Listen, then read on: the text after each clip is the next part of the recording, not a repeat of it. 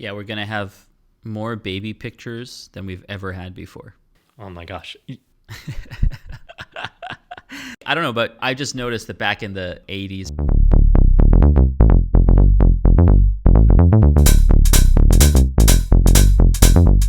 So I just noticed that back in the 80s or whatever, people would buy their own little consumer and VHS camcorder thing. Right, exactly. For families. Like families are the biggest consumers of cameras and recording devices because they want to capture what it's like when your kid's young. Totally.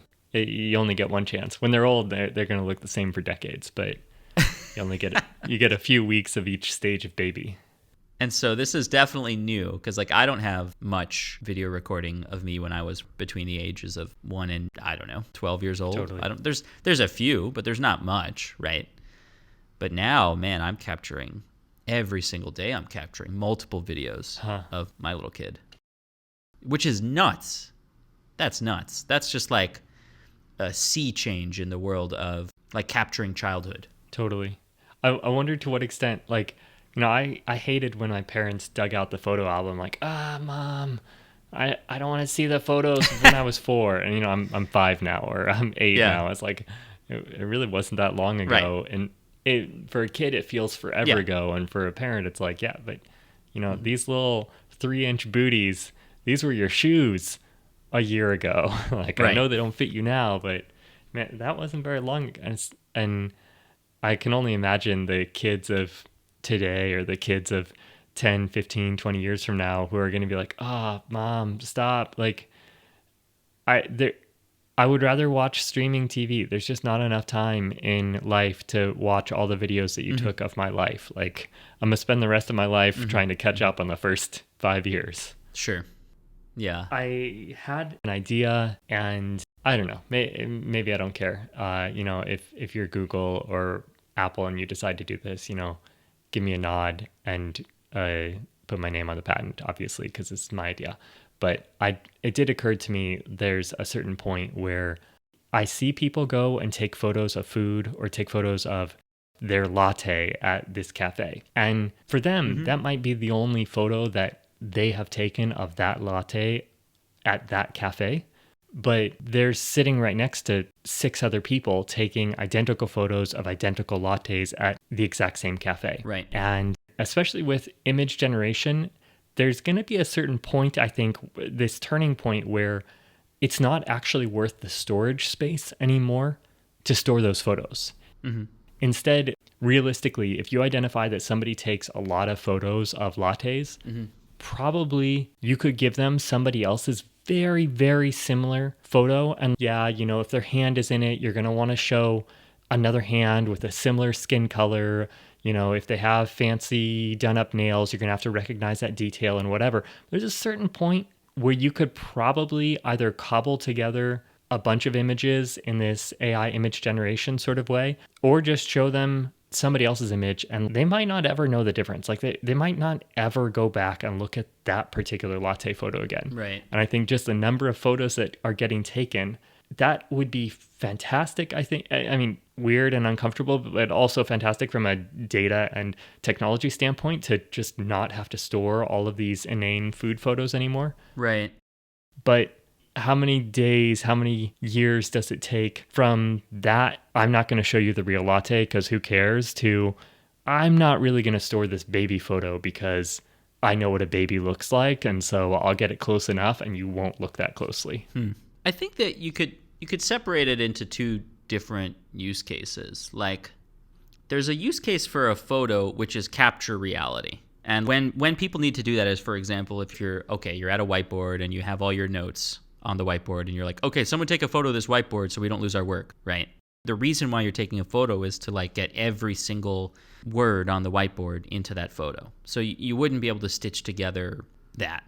That's true. But going back, so you had mentioned a while ago, you mentioned OCR, optical character recognition. And even in your example here of the whiteboard, you're not actually interested in the board. Most likely you're not interested in the eraser tray or the markers or the wallpaper or, you know, the person whose elbow got stuck in the photo.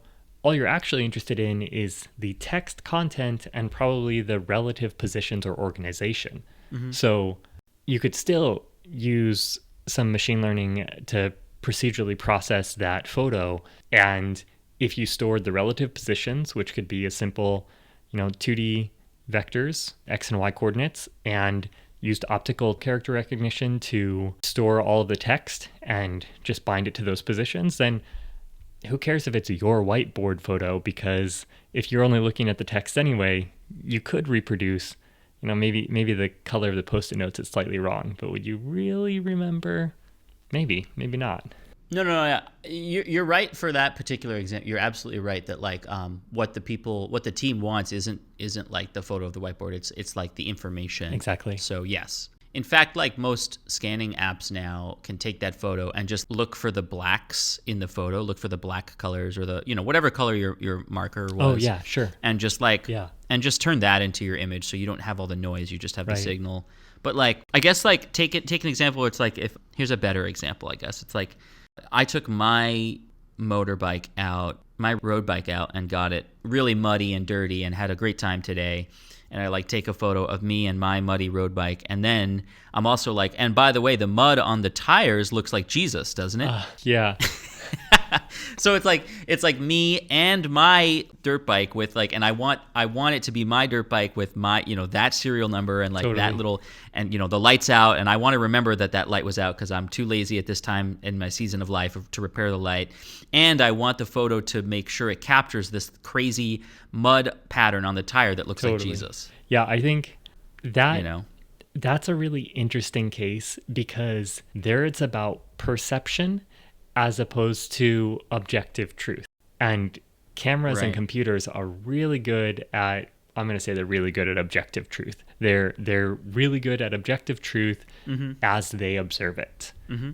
But the meaning that we assign or the values that we bring to our perception may not align with objective truth at all. Right. You may see Jesus and I may see, I don't know, Roger Rabbit. Mm-hmm. But we both could be right by our own perceptions, and the computer might not see either of that because it doesn't come with the pattern recognition, or even if it has it, the expectation that it could or should be looking for that pattern in that place at that time. So the details. Yeah, and that's why you need it. That's a case where you need it to care about objective truth and not some other interpreted format. Exactly. Right, because you want to leave the interpretation to the viewer. I wonder how long it will take before people get bored of photographing every single latte. Like, I know I'm stuck on this latte photographing thing, but there's got to be something compelling about it.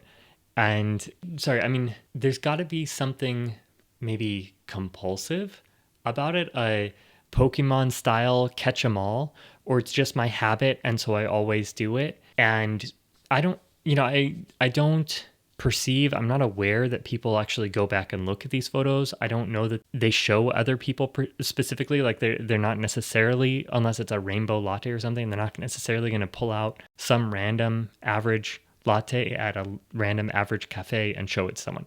If you're listening and you photograph every latte and you do this, I want to hear about your experience. Please tell me about it.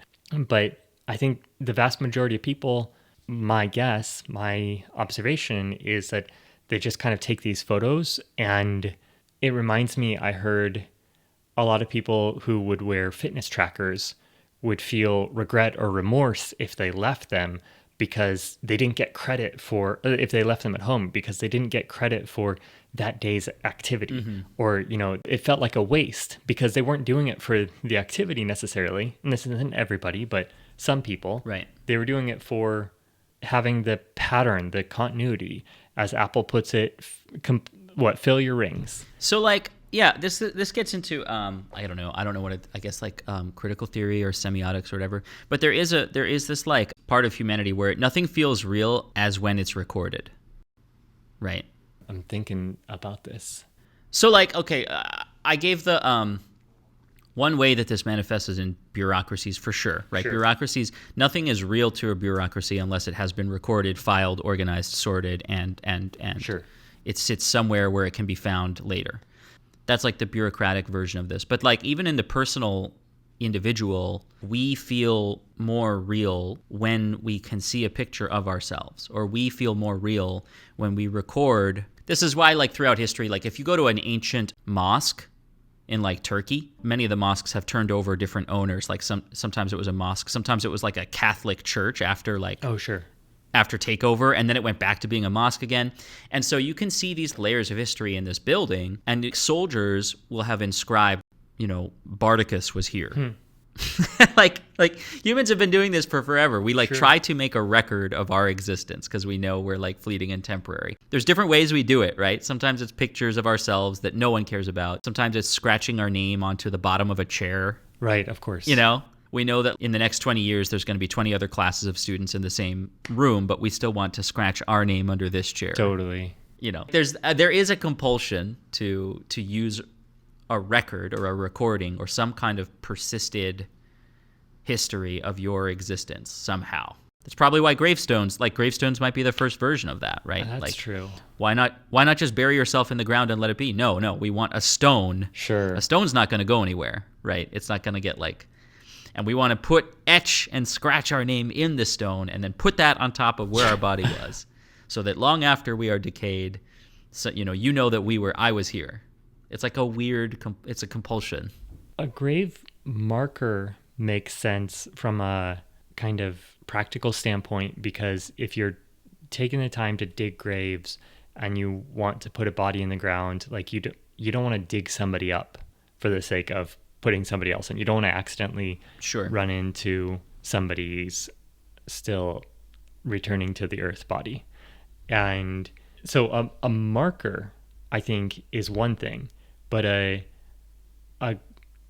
inscribed stone with an identity and information, that I think you're right, is like while it maybe comes as the same object or has kind of replaced it in many or most places, right? It serves two purposes then. Yeah, I see. You're right. There's a utility, but then there's also a religious or spiritual or some kind of thing that says, like, I was here. Totally. Specifically me and not some other person. Technology and the ongoing quest to work out our relationship to mortality. That's a very nice way to come to close to the end of an episode. Yeah. Don't you think? Mortality. It's dreadful. I don't want to think about that. don't do that to me. I want to think about happiness. Right. Yeah, life-changing technology. Maybe we'll come back to this and touch on this again sometime. That, I think there's still a lot to kind of dive into here, and it's been pretty fun. The different places we can go and still think about this. Got some opportunities for people to come back and reach out to us. Hopefully we'll hear from some people in the future. Absolutely.